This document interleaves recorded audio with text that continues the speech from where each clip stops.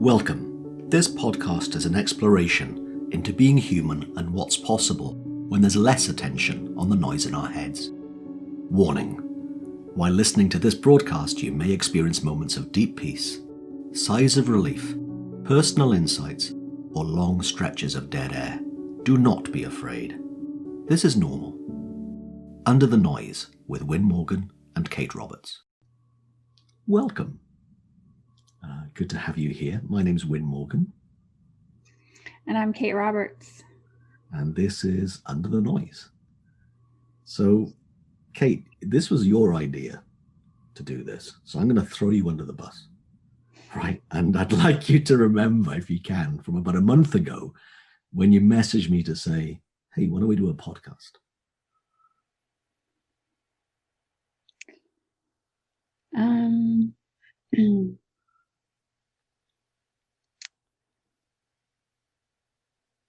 I remember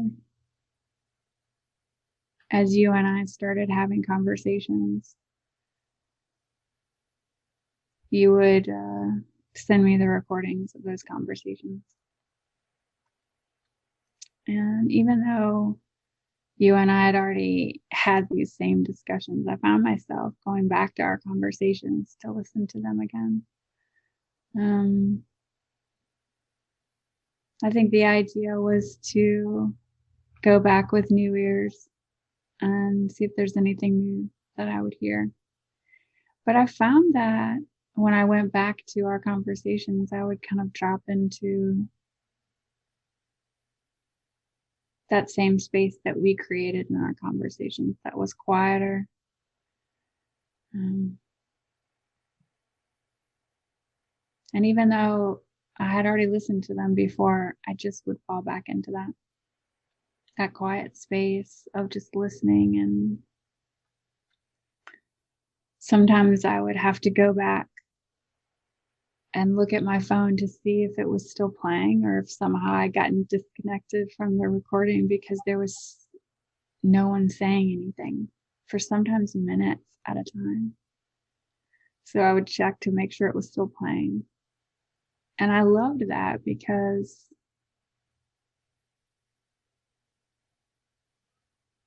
that space with somebody is so rare.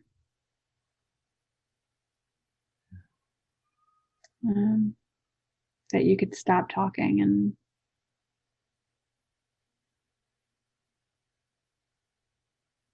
see what comes out of that. And so I remember, some mornings coming out of class and thinking I wanted to listen to something, and everything that I thought about felt too noisy or too fast or too busy, too much. And that's when it occurred to me that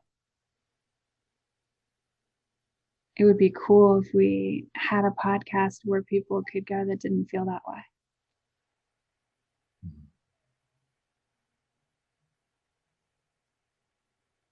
Yeah.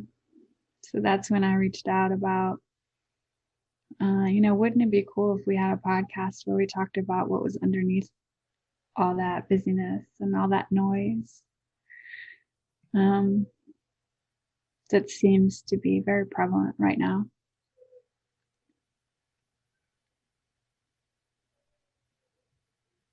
What did you think when I pitched it to you? That was about what I was going to say. What I remember is, because we're in, as you might be able to tell, if you're watching the video, we're in very different outfits right now, not just because of our different genders or our different preferences, is that Kate's in Florida and I'm in the UK, and it's late November and I'm in a very nice thick sweater.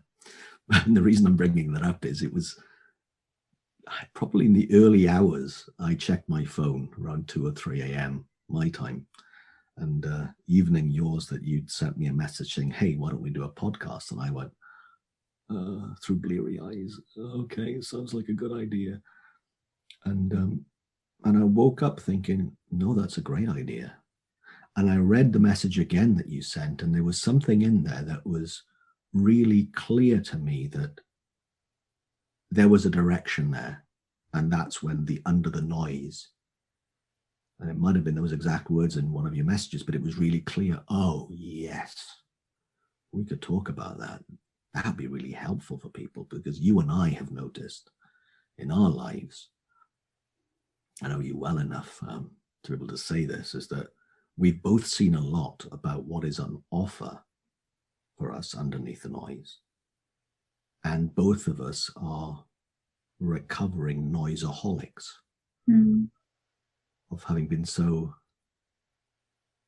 enamored by the noise in our heads and not knowing that that was noise in our heads. And that wasn't a prerequisite nor a wonderful way to live. Nor a wonderful way to live. It just, I didn't know that for the longest time.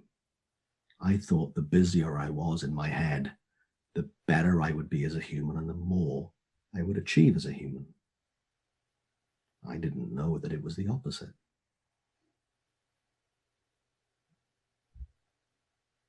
And then I thought, we're doing it. That'll be cool. Because I also noticed that in our conversations, they do feel different from lots of the other conversations that I have. They are quieter, they're slower. And one thing I've always noticed when we have our conversations on video call is watching you think slowly and seeing and watching you look underneath the noise, which sounds on audio like dead air. Mm-hmm. Yeah. And it was a reminder for me as I was thinking about it, that exactly to the point that you made just now, that there's so much out there that is about do this to get that, think this to do that. These habits are a great way to live. And it was more and faster. And yet,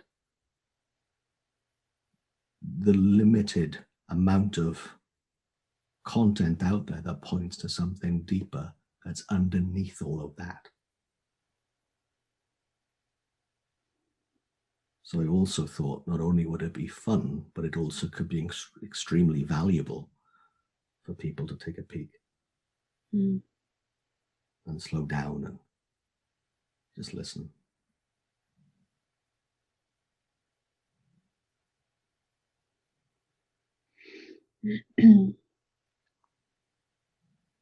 I was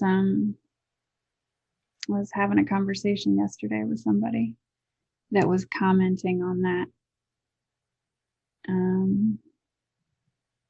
that kind of quiet that you're just referring to, and how that seems to be this was a coach that I was talking to, something that coaches seem to try to work on, right? And he was talking about how that seems to be more natural. And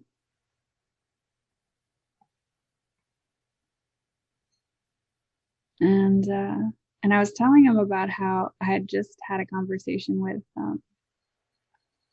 a friend that I'd gotten together with, and things for her had been, I guess, moving so quickly mentally in her mind that when in the first 5 minutes that we got together, she was telling me how it was super uncomfortable in that space to slow down and kind of match my speed. It was really uncomfortable. And but after 5 minutes, it was fine. It was very interesting, because I think we don't even realize sometimes how noisy it can be or how fast our minds are moving. And it's almost like pumping the brakes, which can be really, for some people, it feels great. And then other people, not so great. Yeah.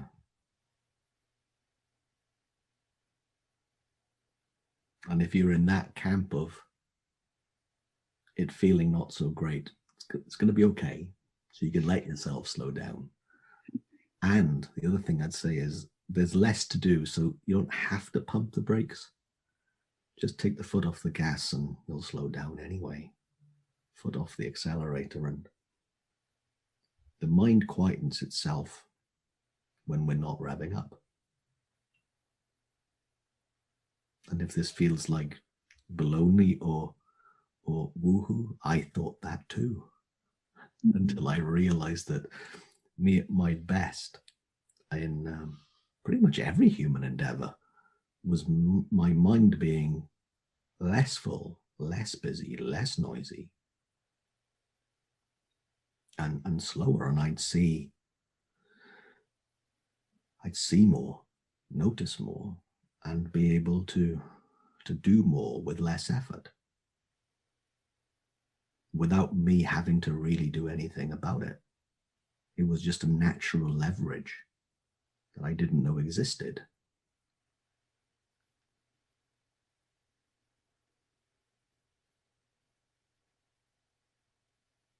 I don't know if I've said it like that before. You mean natural leverage? Yeah, natural leverage that I didn't know existed. And to be true for everyone, because I've, in my work, in corporate work and in coaching work, and it's either executive coaches or private individuals, I've seen that to be true for everyone, that there's that natural leverage that we've either forgotten that we had or we never knew.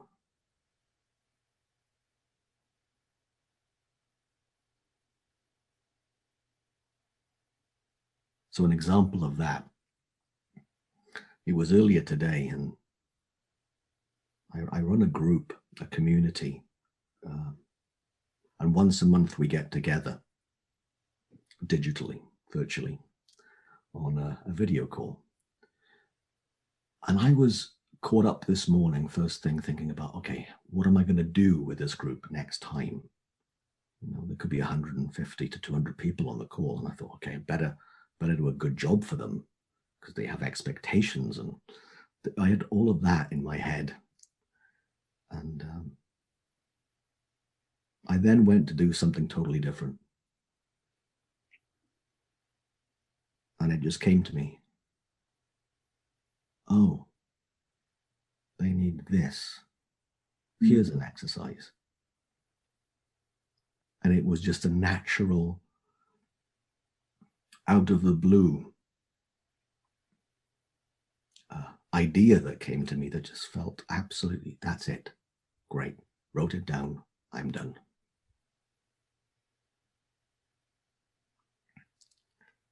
As opposed to me thinking really hard to be able to sweat out a good idea from a grey matter in my head. When I wasn't paying attention to all of that noise and the speeding up, ideas came, and they do. Not just that one, but I've noticed that for so many things. So many things, and business ideas that I've had beyond that. I remember writing a proposal for a company last month, and I was stuck at about 6:30 a.m. I needed to get it done by opening business in their part of the world. So I got up early to finish it, which would have been, I think, about, 3 p.m. my time, but I wanted to get it done before I got into my meetings that day. And I was stuck, and it wasn't quite gelling with me that morning. And I got up and I washed my coffee mug, getting ready to make a cup of tea, my next hot beverage of the morning. And as I was washing up and looking out the window, it came to me what I needed to say in the proposal. Having left my desk, left my little office here in the house and walked to the kitchen, mind completely out of it, not in the noise. And it just, woof, out of the blue came, oh, this. And literally I went, I wish I'd have written that in every business proposal I've had for the last 14, 15 years. It was that kind of clear to me. Mm.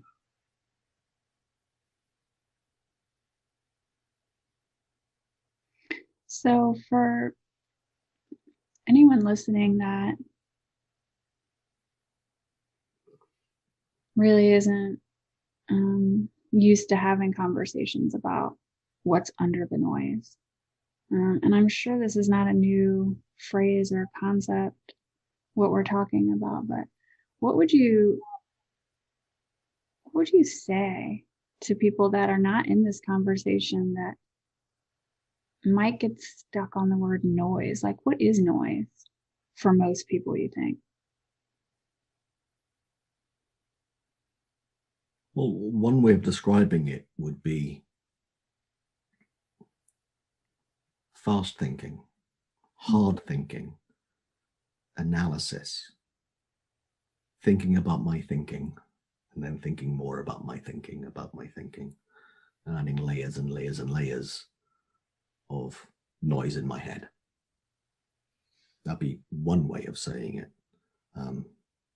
It's funny, a few minutes ago, at the beginning of this recording,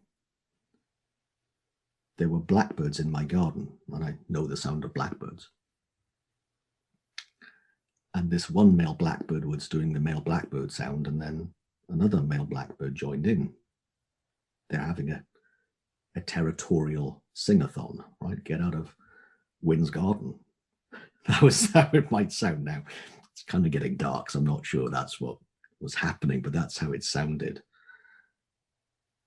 And that's the noise in our head, is we get a thought, and then there's another thought that battles that thought, and then there's more thought to that thought, and then before we know it, we've got a lot of noise going on. And while that's common and not in itself at all damaging in any way, or I'm not judging the fact that that's whether it's a good or bad or indifferent thing to have, it's just how we are sometimes, that we think a lot about stuff. And we don't have to. Going back to your question, though, I'm sure we've all had occasions where we've been in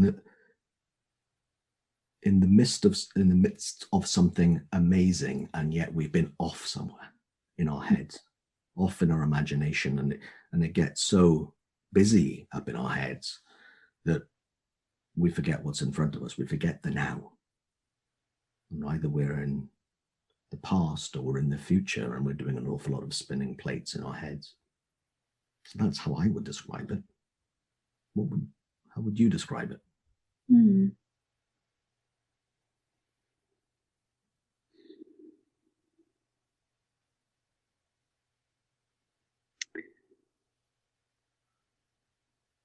I think, before I started to look in this direction, and maybe this is true for a lot of people, I would have said it was me.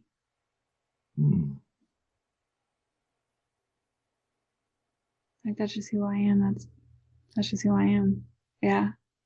That's what I think that's what I would have said before I started looking in this direction and seeing the possibility beyond all of that. And I find myself still thinking sometimes it's me, because it feels so like natural and normal for that to be happening all the time. And so I still find myself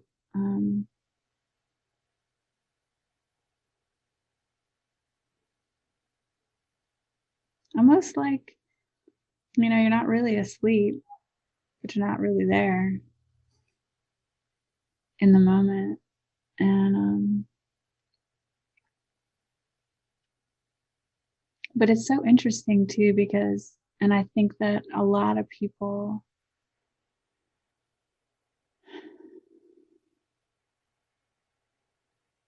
even people that don't, participate in conversations about this,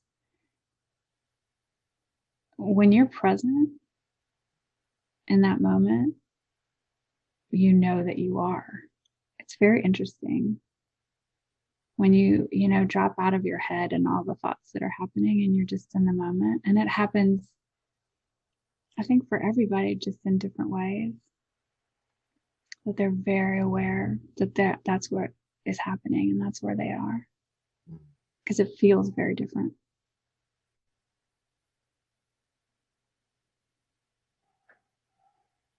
I don't know, people like to stay there. Or maybe they like to stay there, but don't find themselves there very often. Yeah. In the present moment, whether it's, with a child or a partner, and in the flow in work where they're just like very present, and things feel slower, naturally feel slower. Like when athletes call it in the zone, where everything slows down.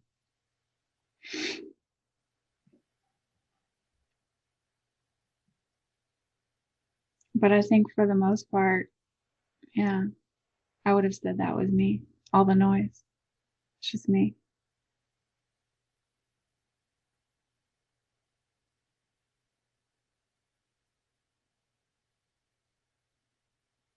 But the more I look in this direction,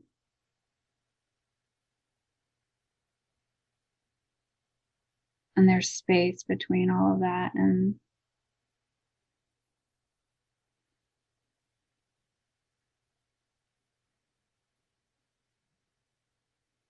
that there's so much more possible than that.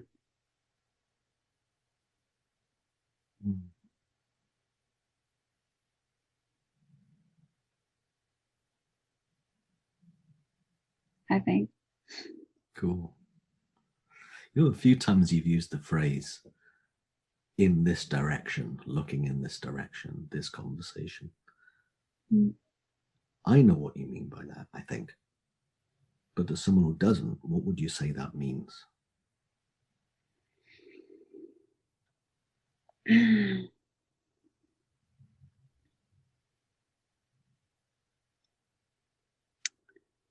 It's a good question.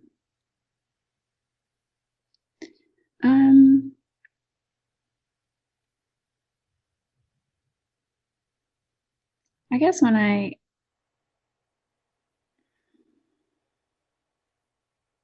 say in this direction, I mean the possibility that I'm not actually all the noise.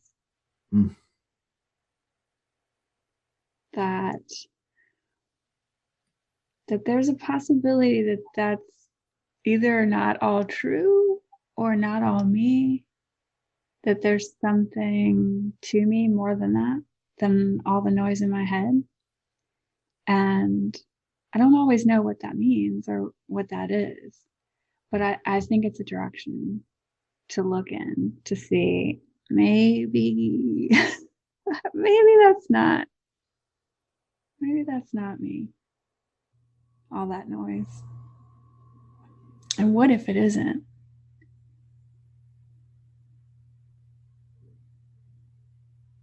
Then what else is possible? And I guess that's why I love this conversation. It's because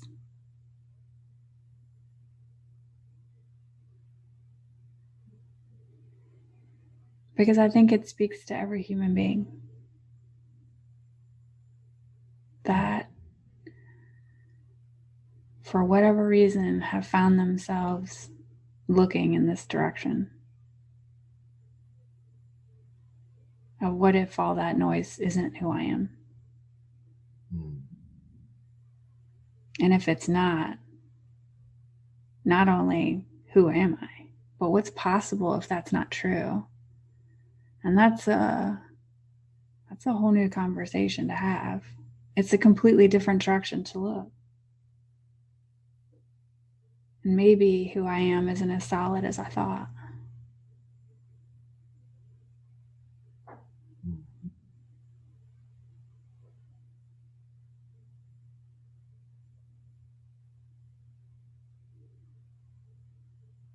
So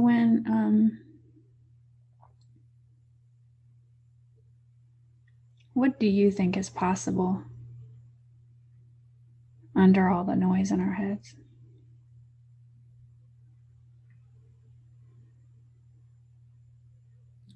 Well, it's my initial answer is anything and everything. Although that might seem a little bit churlish or too easy an answer, but I do mean it. And here's why, how I back that up personally. How it looks to me anyways, underneath that noise is a world of pure imagination. And literally we can imagine anything. I mean, look at everything our species has done, good, bad, and indifferent. It's all come from our imagination, and then our ability to put what we imagine into form, be that poetry, music, writing, harnessing energy, the light bulb of the internet, war,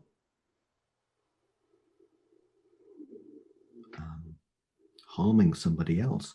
All of that comes from our imagination. All of that comes from what goes on in our head and then goes out in the world of form. And the bit that I love, the more I see, is the fact that that's imagination means that I don't have to act on everything I think. I don't have to act everything out, which is a relief, frankly, given some of the random thoughts that I have. I'm really glad, because this conversation would not be happening in the free world if I acted on every single thought I've ever had. But also,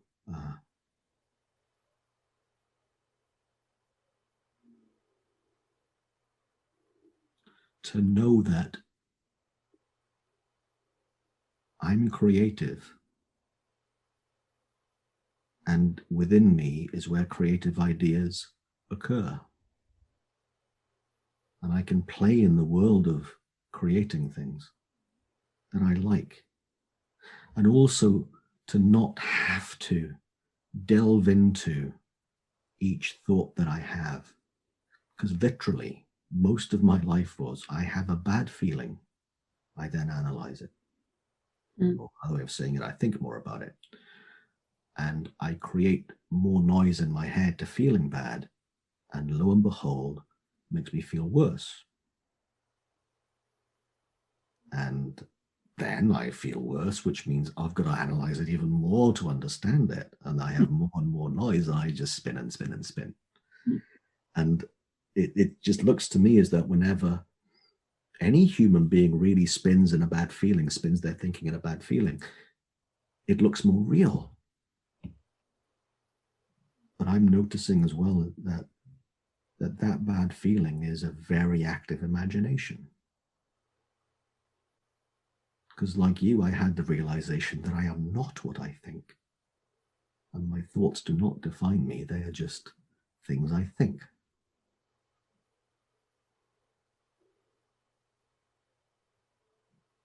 And there's a lot of freedom there to understand the noise and have a glimpse of what's underneath the noise. That's a world of possibility. And huge amount of potential.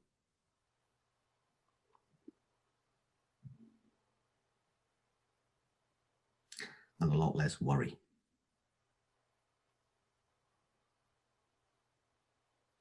I don't have to worry about knowing what to do tomorrow. I've seen that me being in tomorrow takes care of tomorrow. Me being here right now takes care of me being here right now. So there's no future to fix, and nor a past to really feel bad about or be remorseful about or give myself a hard time about, because, well, the past isn't here either. But it just looks as if it is, and I can feel like it is when I'm in the noise.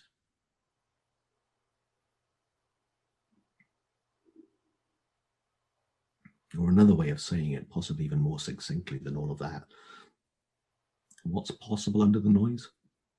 Unlimited bandwidth. Mm. We were joking, you and I, earlier on about how many different applications we can have running on our devices, on our computers, and the mind's like that, and it does less well when it's full of stuff, full of noise. Mm. It wants to kind of slow down, and then it runs really well, and it feels a lot better. That's what I've seen. A long answer to a short question, Kate.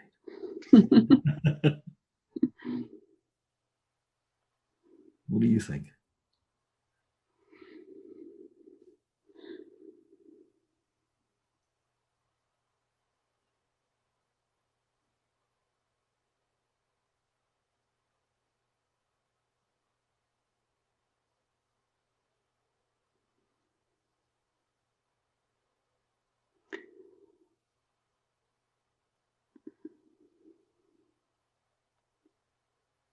I think what you said is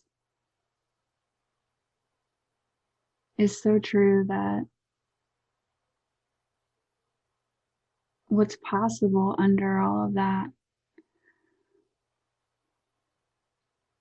anything is.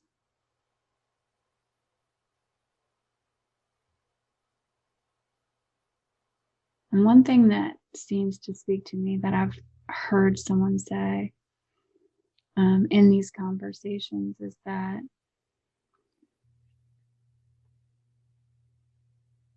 whatever shows up is real time for whatever we're living in that moment. And so when anything's possible, it's based on what's happening in that moment for every single human being. And it's real time. So it could be anything. But one thing that I've noticed, that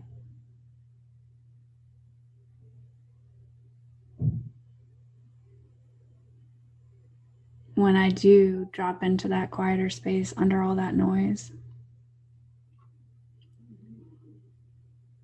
is the feeling of it.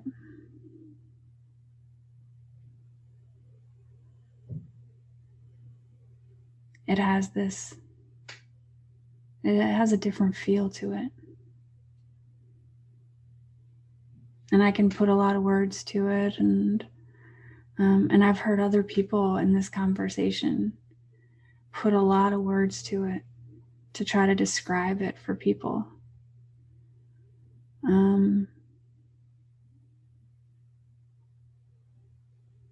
But honestly, it's in that shift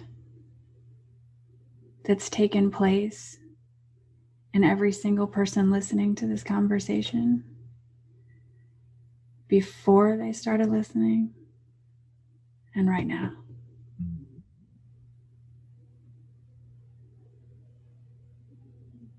And I know that to be true for every single person listening or watching, is that everything's in that change, that shift.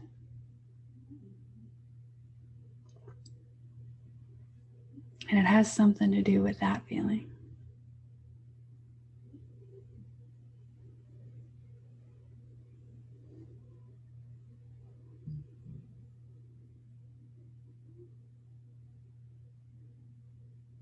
And I love that about this conversation.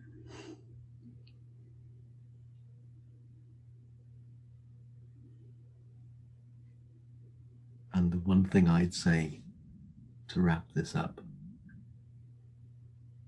the harder we try and attain that feeling, the further away we get from it.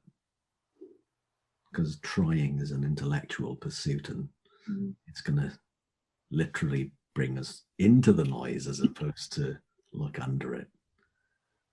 And I think that's a tricky one. And if you're feeling a little bit frustrated by that, then join the club. And also know that you've had a glimpse of this for yourself, and literally every time we fall asleep, that's having less on our mind. That's underneath the noise. When that instant of falling asleep, it must be true. But also to know that it's been less fleeting than that for all of us, even if we don't recognize it. But if you've heard anything in this recording, anything in what we've said, that's enough. And no need to try and analyze it and try and figure stuff out. So you can have that one less thing to have to do, one less. There's probably a lot more you can take off that list, by the way, but this is one. This is one. Lovely. Thanks, man. Thank you, Kate. Thanks for joining us.